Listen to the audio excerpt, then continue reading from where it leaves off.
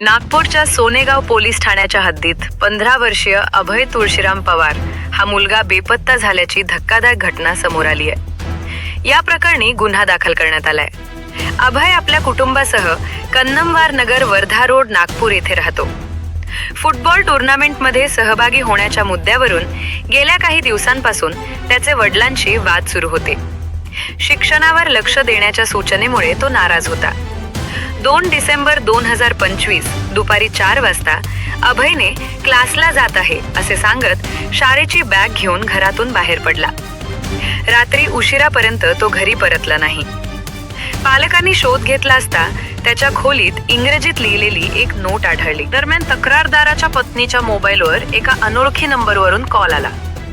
तक्रारदारांनी त्या नंबरवर संपर्क साधल्यावर कॉलवरील व्यक्तीने आपले नाव शंकर सांगितले।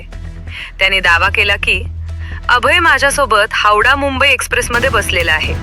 त्यानंतर तक्रारदारांनी अभयला मूर्तिजापूर स्टेशनवर उतरून पोलिसांना भेटायला सांगितले।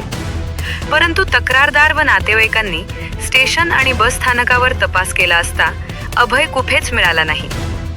यानंतर पोलिसांनी तातडीने कारवाई सुरू केली।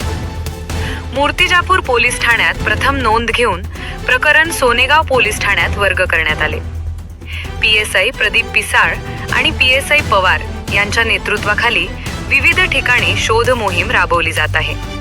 बेपत्ता मुलाचे वर्णन: वय 15 वर्ष, रंग सावळा, उंची 5 फूट 5 इंच, कपडे काळ्या रंगाची ट्राउझर गडद व फिक्कट निळ्या रंगाचे फुलबाया जॅकेट, पायात काळे बूट, सोबत काळ्या रंगाची स्कूल बॅग, कपडे व एक चादर। दरम्यान नागरिकांना आवाहन करण्यात आले आहे की जर अभय तुळशीराम पवार हा मुलगा कुठेही दिसला किंवा त्याच्याबाबत माहिती मिळाली तर वरिष्ठ पोलीस निरीक्षक सोनेगाव फोन नंबर 9420 999 100 तसेच PSI पवार फोन नंबर 960 46233534 या नंबरवर तात्काळ संपर्क साधण्याचे आवाहन करण्यात आले आहे।